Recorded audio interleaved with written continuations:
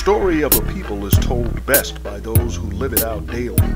And when the history of that community is informative, inspirational, and insightful, it should then be shared with the world. The Clio Exchange does that. I have a choice of two evils. My own country that segregates and discriminates against me, and Germany and Italy who are talking about they're the master race. And then when you hit the shores of Italy, that had to be a strange place to you. I can remember the smell when I first went to Italy. Well, the major part was that we had a little trouble walking.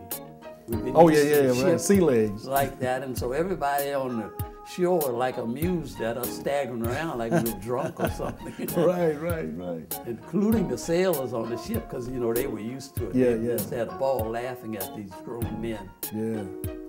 Wobbling around. Right. And the once you arrived, tell me about that scene. It had to be a mob house. I mean, this was still early in the war. Right? Yes. Well, we had what they call pump tents. They're just small tents, and you'd have two to a tent.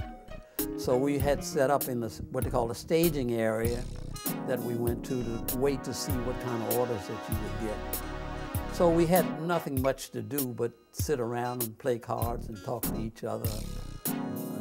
One marvelous thing with me was a couple of the soldiers went out and they came back with some chestnuts that they had been given by some of the citizens. They didn't know what to do with them, but I knew what to do with them, and that was build a fire and roast them. So we roasted these chestnuts and had a good feast and all because I knew what to do with them. And so we were fairly content and say, well, we're here, and what's next? You know. What was next when they said, everybody load up your stuff, and the trucks started rolling in, and they said, we're going to the front. And your first point of contact with the enemy, was it a surprise engagement?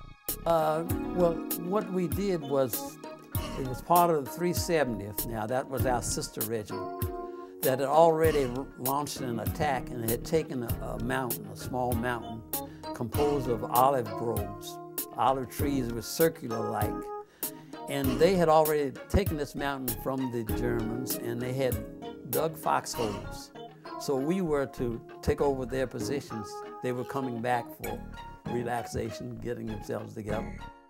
And we were the reinforcements that took over. So we were all supposed to take over their foxholes. And so there was no real contact with the enemy.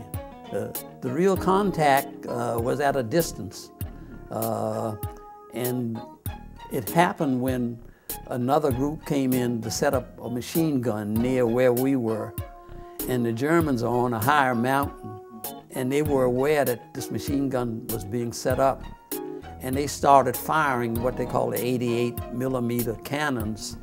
And fortunately, we could figure out what they were doing when they were zeroing in the hole.